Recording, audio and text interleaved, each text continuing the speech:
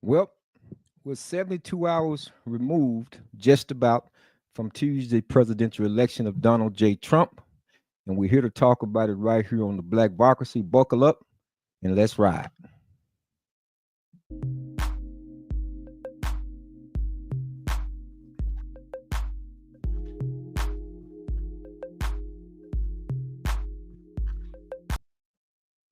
Good evening. Welcome in to another edition of the Blac-Vocracy podcast show. I'm your host, Jabril A. Rashad, and we are live streaming on the airways of YouTube and Facebook. YouTube and Facebook. I actually had an uploaded video earlier, had some sound difficulty. I got some text about it. So I decided to come on here and go live, which I'm glad to do. No problem. It's just another way of getting this content and this message out to the masses. So yes, we're about 3 days removed from the Tuesday's election with Donald Trump versus Kamala Harris. And I think a lot has been said, of course, since that moment in time when he was reelected to be the 47th president. And I think it's a lot of fear mongering going on, too. And we'll get into that in just a second. But I want to talk about Mr. Jack Smith. In the words of Donald Trump, when he had his television ABC show, The Apprentice, Jack, you're fired. Yeah, Donald Trump said as soon as he take office, it won't be more than 2 hours before the first thing he do is fire Jack Smith. If you all don't know who Jack Smith is a special counselor that was selected to bring the formal charges against Donald Trump regarding the insurrection case and the obstruction of justice case that happened early, I think, in 2022, if I'm not mistaken, 2022, in May of 2022. And to be honest with you, I think it was political suicide, if you ask me. And the reason why I'm saying that is because when I look back at the video showing him at the podium when he first unsealed the indictment, it's just something on his face or his demeanor was telling me that he really didn't want to bring these charges. And if you ask me, I think the Attorney General, Merrick Garland, and his, I guess the powers that be, spearheaded this thing, because it doesn't look like he's too comfortable when he's talking about the charges that he was alleging against President-elect Donald J. Trump. And so we're going to take a look at that video right quick, because I want to see if you all are able to see what I'm looking at, because it seemed like rather if he was nervous, maybe it was just nerves, or maybe it's just me, but it just seemed like this thing was manufactured, like a lot of times they do. And as I said before, I know what a witch hunt looked like. I really know what a witch hunt looks like. So let's take a look at Special Counselor Jack Smith when he was unsealing this indictment a few years ago. There are now active discussions taking place between the Justice Department and Special Counsel Jack Smith's office about how they can best. Now, that particular video right there is the one when they're trying to wind down, but we're going to play this one right here so we can take a look at how he was, his disposition as he was talking about this indictment. This is the one right here. An indictment was unsealed, charging Donald J. Trump with conspiring to defraud the United States, conspiring to disenfranchise voters, and conspiring and attempting to obstruct an official proceeding. The attack on our nation's capital on January 6th, 2021 was an unprecedented assault on the seat of American democracy. As described in the indictment, it was fueled by lies. Lies by the defendant targeted at obstructing a bedrock function of the U.S. government, the nation's process of collecting, counting, and certifying the results of the presidential election. Today. Now, again, maybe it's just my perception, but he doesn't look too comfortable talking about the alleging things that was inside that indictment. And as they always say, you can indict a ham sandwich. Doesn't necessarily mean that it's true, because these are just allegations that are placed before you. Of course, he did go to trial. This was a New York State case, however, regarding the the the rape case, the sexual abuse case. They said rape case, but the verdict wound up coming out to be a sexual abuse case against Miss E. Jean Collier. Which that case to me, when I went back and looked at it as well and read through it, really for the first time, because again, I didn't get into a lot of the details because I understand what a witch hunt looks like. Oh, they'll call it all type of operations this, operations that when they're manufacturing a case. And it was just interesting, even in that state case, that New York State case, that this case wasn't anything that within the last 5 years. They was able to bring a 23-year-old case against Donald Trump. A 23-year-old case. Sound familiar? I.e. Mr. Bill Cosby. And the way it was done, for many of you who may not know, it was done simply because they passed the law. The state of New York had passed a law in 2021 called the Survivors Act law. Yeah, the Survivors Act law. And this law basically allowed any individual who had been sexually assaulted to be able to bring charges within a certain amount of time. And they was urging people who had been sexually assaulted while this state law had been passed to come forth. And so this individual, E. Jean Collier, she came forth against Donald Trump, alleging that he had raped her back in early 2000. But of course, he denied all of those charges. When you look at the evidence that they said was brought into the courts, I couldn't believe that he was convicted on this. They said the only evidence she had was two friends that she told a 1987 photo of her and Donald Trump, and some old video of a Hollywood Access showing them at some type of red carpet event. And I was like, wow. Now, this was a civil case. It wasn't a criminal case, because in a criminal case, you have to prove beyond a reasonable doubt. And in a civil case, the only thing she had to prove was her position or alleging that this actually took place. And that's what they went with.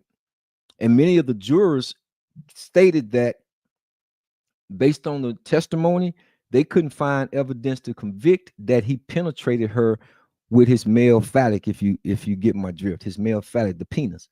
And under New York state law, rape is centered around once the penis have entered the vagina. This is the New York state. This is what they say. It's how they define it. It's not my definition, it's their definition.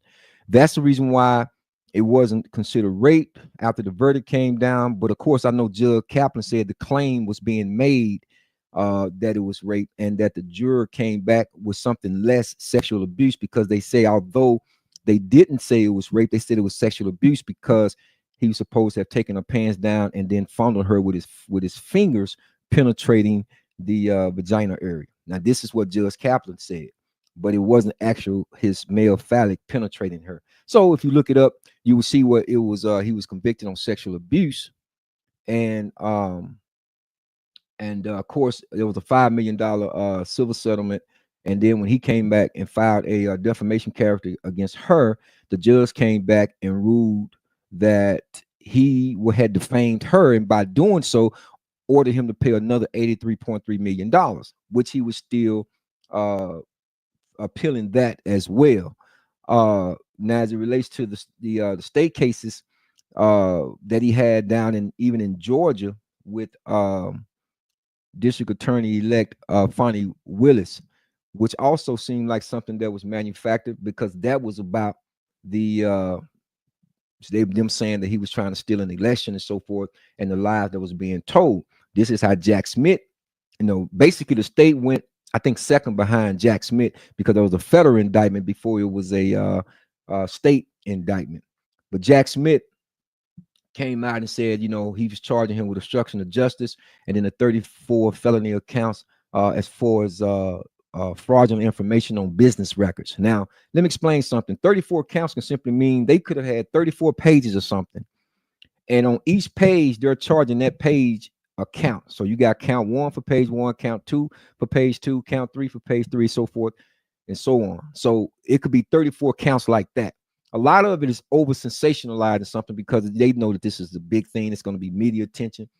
And you know what? I'm quite sure that he wasn't the first individual that they was choosing. I just think he he was someone who was a little bit more ambitious, if you will, looking for a career move. But see, sometimes you have to be able to understand both sides of the coin, because there's a flip side of that. Because now the flip side is, what if Donald Trump get elected as being president? And this is exactly what happened.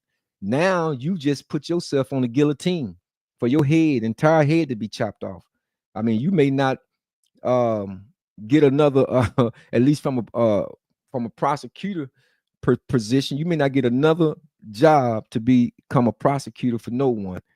Now you may go into private practice and become a defense attorney, perhaps, but I don't think you're gonna be able to get a job reference from the DOJ office. But I think they manipulated Jack Smith, put him in a situation to be fired, knowing doggone well that there was going to be an opportunity for Donald Trump to run for president and win eventually, which he did on Tuesday, right? So now you got to look at the whole picture. What was it about? So now they're trying to unwind these indictments, and this is what they're talking about now. The first video I was playing, I'm going to replay this video. Down these ongoing federal investigations and cases against the person who is now president-elect of the United States, Donald Trump. You will recall that the Justice Department was already on the ropes regarding the legality of Smith's appointment in the 11th Circuit Court of Appeals. Judge Eileen Cannon had said that the special counsel appointment was illegal. There are now questions, given that he is the president-elect, and there is a strong belief that presidents of the United States should not be facing prosecution, that special counsel office and investigation will be wound down. Now, just like she just said, she knows no sitting president, especially when you over the executive branch of government. And just like one of the charges that was thrown out by Judge Eileen Cannon, who Trump actually selected to be to sit in the Supreme Court, threw one of the charges out already. This was back in July. So who do you think is going to pick this up and take this and waste taxpayers' dollars? Even in the state don't have a fighting chance, simply because they have what they call the Supreme Clause, which is in the United States Constitution. And if you look on Article 6, I think Section 2, this is where you would see the Supreme Clause, which is a provision in the United States Constitution that whenever there's a conflict about anything between the federal government or federal laws and state laws, that the federal laws would trump, no pun intended, would trump state laws. So, can they continue to go forward with a case in the state? Yes, they could. But how ridiculous will it look when the case is overturned at the Supreme Court level anyway, meaning federal? They're going to overturn it this way. So there's no way it's going to happen. And if you, again, ask me, I think there was a lot of hyperbole too, because people looking for advances in their careers. I mean, check out some of the stuff they were going through when Fawn Willis was going through some of the question and answers that she had to give, and how she got triggered and tempered and didn't do a very good job of trying to explain herself. But check this video out if y'all remember this. Flights that you may have taken when Mr. Wade. Well, no. I object to you getting records. You've been intrusive into people's personal lives. You're confused. You think I'm on trial. These people are on trial for trying to steal an election in 2020. I'm not on trial, no matter how hard you try to put me on trial. So my question was, do you have any problem? I object to getting any personal records of mine. We're not dealing with privilege through a witness. And I'm not, no, I'm not dealing with privilege. What we had offered to put them in camera for the court to review, and I just want to know if she has any That's problem. not something to do with a witness. You're Now, see, it wouldn't look so bad if they wasn't stepping on her toes and getting close to the fire, as they like to say. Because in the next clip, I'm going to show you regarding her mystery man that came forward. They was trying to, or was she actually penned him a letter trying to get him to muzzle him, if you will, because she didn't fear that he would probably make a mistake upon cross-examination. So this is another video, which also is an indication to me that there must have been some type of witch hunt. Fani Willis wants her former flame to keep quiet during tomorrow's testimony at the nation's capital. She sent a letter to the House Judiciary Committee saying her office has instructed Nathan Wade not to talk about confidential or privileged information. Willis is concerned that Wade's testimony would interfere with the Georgia indictment against former President Donald Trump. Willis hired Wade as a special prosecutor. He took himself off the case after a very public revelation that the two had been dating. Special prosecutor taking off the case. Well, he resigned himself because she was afraid. She was afraid that he may say something that would hurt their chances of getting a conviction against Donald Trump. You know, but never the case. He took himself off or recused himself. And, you know, this is what make it look like there's a little bit of holes in this Swiss cheese. And I just think a lot of time when people get ahead of themselves and they don't really do the research that they need to do, there's a tendency to lose sight of what the real focus should be. Because again, I always question when people are really trying to have a smear campaign, you know, he or she that put up the, you know, the best fight has the most to lose.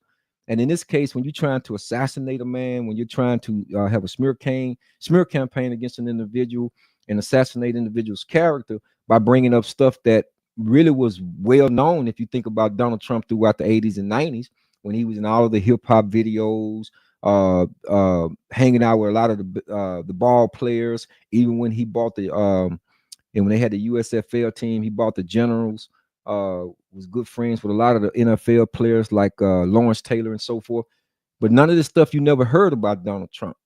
So again, I don't believe in the fear mongering. I don't believe in a lot of the stuff that's being said now. I mean, he just recently hired his chief of staff, Miss Susan Wiles, who's actually the director over his campaign. So he put her in place. I hope that he get a couple of the African-American brothers, Scott and them, in his cabinet. Also, I do think it's a great time for African-American people, if we look at it the right way, to start a business, or if you've been thinking about starting a business, I think this is a wonderful time to go forward with this business, because if you understand economic policies, you understand business, there's going to be programs that's going to free up some revenue and some money once they start getting this stuff lowered down. I think they already had an interest rate cut already. So, you know, when you start seeing that in the market, studying the Dow Jones, studying how this thing really moves, how it really works, you understand that we're, you know, the United States will be open for business. That's the way we should be thinking, because again, you could take your own money and create your own generational wealth and put it back within your community. That's the way I'm thinking. That's the way we should be thinking, because it's not going to happen out of osmosis. Because again, as I said the other day, we're the only group of people who continue to finance our own oppression. We are the only group of people who continue to finance our own oppression. So how is it going to happen? You tell me. I've been looking at this since 1972, so we still don't have a pot to piss in nor one to throw it out of. So how is it supposed to happen? It sounds good. You know, everybody talk about, you know, generational wealth, financial literacy. Yeah, but then if you ask them for $2, they don't have it. They got to wait till their next paycheck. Kind of like the brother said when they was laying off all of the individuals down there in Chicago at the Pepsi warehouse. And he was saying, I've been with the company, I think he said 21 years, and he's been living from paycheck to paycheck. How do you do that? How do someone, you know, if you're not invested in that company in a 401k and you're not taking some of your money out, even if they want to hit you with a penalty at some point, you need to be taking that money out and reinvesting. That's the way you're going to create generational wealth. I don't see people working a 9-to-5 job creating generational wealth, because they're never going to pay you the way you can actually pay yourself, or how much value you place on yourself. They're never going to see you like that. So again, I mean, individuals who create generational wealth by working for someone else is a very low percentage, unless you're making great money, maybe 6 or 7 figures, and you're investing your money in other streams of income, or creating other streams of income. So I don't look at this as a doomsday. I know they got a lot of stuff out there. I saw some of the stuff. It was funny too. You know, I was laughing. I think it's funny. I really think it's funny. They was, you know, I said, this got to be some hackers, some people that's just on the left side. I know it's not everybody on the left side, but it's just some people out there that still love to do this fear mongering. They put out, you know, texting people talking about, you've been selected as a cotton picker. We expect for you to report on November 13th. I thought it was funny. I really thought it was funny, because I'm saying, who do you know, Pookie Nim, John, Ray, you know, Debo Nim, are you going to go kidnap and put them on somebody's plantation? Who do you know in 2024 that's going to do that? You know, Again, I thought it was hilarious, and you should laugh at it because that's ridiculous. That is absolutely ridiculous. So, I don't even give credence to individuals who are even, you know, beating the drums on that, or trying to percolate that kind of concept idea up. That's just not going to happen. So I ask people, man, to calm down, especially in the African American community specifically, because I do believe that charity starts at home, then it spreads abroad. So yes, I'm going to be speaking to my community first and foremost. Absolutely. Because again, think about it for a second. LULAC, which is the sitting or the council for the Hispanic community, is the equivalent to the NAACP, or what they used to do for the African American community. Not so much, none, rarely do you even hear anything about the NAACP these days. But LULAC, the one that governs community politics for the Latino community, it got to be a reason why the Latinos voted like 60%. Because again, as I explained to someone, you're talking about Trump was campaigning on deportation and all this, and people questioning, how could they go out and vote for him? And he's talking about deporting them. It's not deporting them.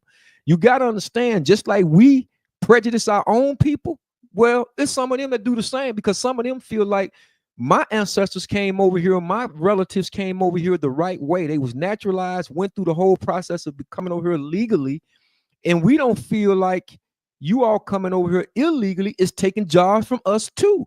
That's why I said the other day that this election year was simply about really, I understand all the other issues, don't get me wrong, the reproduction rights and all of that, the border and all of that, but this was really a one race issue, and it came down to simple economics. As I said the other day, America is about capitalism. You live by capitalism, you die by capitalism. It's as simple as that. So get out of your emotions, get out of your feelings, and have a paradigm shift and see how you're going to find the loopholes and allow this election of second time around of Donald Trump, learn how you can make it work for you. Because again, we got to understand something, that God is always in control. And anytime you're giving your mindset or your energy towards some other entity or deity, you know what you just did? You just added associates and partners with the Creator. And didn't God say in both scriptures that he's a God that you don't add other gods with? Okay, then. So why are we looking at whoever got into the Oval Office? Because I'm on record. I said it once, I'll say it many a times. I want to know, what is your economic policy, your money policies? How does that affect my community? Self-preservation starts at home first, then my community. I want to understand, how do those policies affect my people? Because I can take my own money again and reinvest my money into the Black community and to the nonprofit organizations that I create. That's how we should be looking at it. I think we're just looking at it, we had the wrong paradigm. We're using the wrong lens and the wrong glasses to look out of, to not see what's on the horizon. Because again, when you got high inflation, high insurance, high food bills, high gas, I mean, so many things, you barely have enough to buy yourself a Happy Meal. So now I'm going to take this opportunity these next 4 years, and I'm going to look at this money policy, how it best suits me and works for me. Because after that right there, again, I've never looked at none of these presidents. I don't care if Donald Duck would have got elected or Daffy Duck would have got elected. I don't care who's in the Oval Office.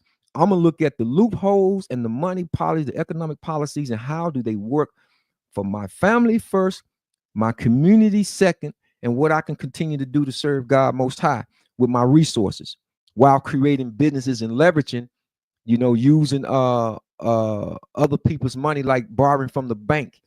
We got to have a better understanding. We got to have a better financial literacy, a better understanding, because I think we're going to allow the next 4 years, if we sitting here, stretched out on the floor, kicking and crying, we're going to miss out on the opportunity. You got to see the silver lining in all of this. Think about it for a second. If someone was trying to quiet someone up and they don't want them to testify, and every time you look up, they stalking them, trying to shoot them, trying to kill them, trying to hide them out. Once you get wise enough to say, why they don't want this man to speak? Why they don't want this man to run for president? Because there's a lot of things that's lurking behind the veil that we don't know about. But it's coming though, because I said to you all, if you're not studying brick, 2025 is right around the corner. If you're not studying BRIC, Brazil, Russia, India, China, and South Africa, along with a few other countries. And that payment plan, or excuse me, payment system, I should say, that rivals the SWIFT system. If you're not understanding the money, the currency, and how this thing works, then you're in the wrong game. If you in your emotions and you're out there, you know, and you still, you know, over drowning yourself, then you don't understand the scriptures themselves. Even when Jesus was on the boat, he stood up and said, "Peace be still," speaking to the waters to calm the waters down. It's just a symbolic story to let you know that you can't let your emotions override you. You have to have balance, and you have to have rational thinking. Rational thinking. Don't ever allow your emotions to drown out your rational thinking. So again, Trump, Kamala Harris, Barack Obama, George Bush, they've never been my example. Never been my example. Yeah, I self-govern. I'm a trade partner with the United States. And I'm going after my pursuit of happiness because this is a maxim of law that everyone has the right to life, liberty, and the pursuit of happiness. So don't get caught up on the hyperbole.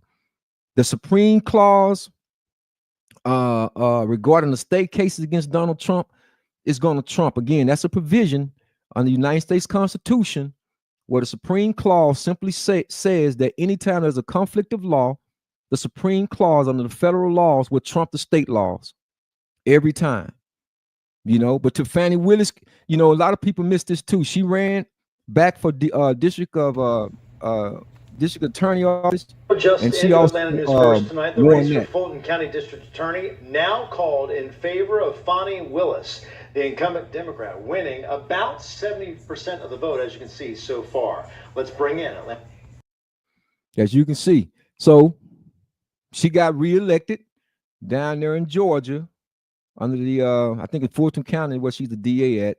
Don't hold me to that. I'm not 100% sure, but she did get reelected. And so if she want to go forward, I guess, if she's still on the case, because I think there's a situation where she may not be on the case. But she could, but like I say, all it's going to do is going to get overturned. You know, she's just wasting her time. And I think it's almost political suicide if she were to try to advance her position. But I want to get a big shout out. Also, sometimes we miss certain things, but congratulations to Senator Lisa Blunt Rochester and Senator Angela Alsobrooks. Angela Alsobrooks, she's out of Maryland, and Miss Lisa Blunt Rochester, she was voted to be a senator out of Delaware. These are two African-American sisters. And people don't even realize that because the Senate is real strong. You know, of course, the Senate is stronger than the Congress, in my estimation. So these are the first two African-American women, well, from their states anyway. I want to say the first, because I think Barbara Jordan, I got to go back and look, maybe she was congressman. But they're in the Senate, not Congress. They're in the Senate. These two African-American women, one from Delaware, which is Miss Lisa Blunt Rochester, and Angela Alsobrooks. She's from Maryland. So congratulations to them. And who knows? We don't know what's going to happen in the year 2028. But right now, I think we need to reset and reel some things in because things had gotten way out of hand, unbalanced scales, and we need to recalibrate the scales. We need to get back to decorum, and we need to get back to standards, something that we've been missing for the last 12 years, in my humble opinion. And we need to reset. We need to reset the scale. So, you know, I wanted to come on here and talk about Jack Smith, the special counsel that brought the charges, erroneous charges against Donald Trump. Like I said, you know, when Donald Trump had his Apprentice show, he said, "You're fired." Yeah, Jack, you're fired, man. And I don't think those people that put you up to do that, I don't think you're going to be able to give them a phone call. They're not going to pick up their phone. That's why you got to watch people that set you up and put you out on Front Street, because now when things don't go their way, you're gonna be the one that's left with the smoking gun. That's exactly what's happening now. So again, I thought the whole case was manufactured. It was a witch hunt. I looked at the 34 counts that he was charged with for supposedly fraudulent business records, and then the obstruction of justice regarding the January 6th situation of what happened on the Capitol. They said he led the charge in that too. But whatever happened to freedom of speech, I don't know. But again, that's neither here or there. Now, Donald J. Trump is the 47th president for the next 4 years, and we'll see what happens. Like I said, I'm gonna go get mine. I definitely hope that you go get yours in the pursuit of happiness, because I think this is the land of opportunity, and so many people have came over here to take advantage of that, and we can't get mad at them in the African-American community, because again, we have to stop financing our own oppression. So this is what's going on. This is what's happening. Okay, this has been another episode of the Blac-Vocracy podcast. Don't forget to hit that like, subscribe, share, notification button for me. Still growing the channel over the airways of YouTube and Facebook. I'm gonna be back with another upload real soon. Of course, don't forget about the podcast, the replay sports show. I know the Dallas Cowboys are having their woes right now, but we're gonna continue to try to ride with them. Glad it is NBA basketball season, so we'll be a little bit more entertaining on that particular channel. But right now, these are serious matters. I'm getting ready to take another show over to TikTok, going live, because they got a lot of participation over there as well. But you know, I'll still be doing my YouTube thing. So again, I want to thank y'all for joining me, watching it, listening. And then, like I say, don't forget to subscribe, tell a friend about it, and we're going to continue to try to grow this channel. Again, I thank you all for joining me, and be blessed this weekend, and stay prayed up, because we certainly need it. Bye, y'all.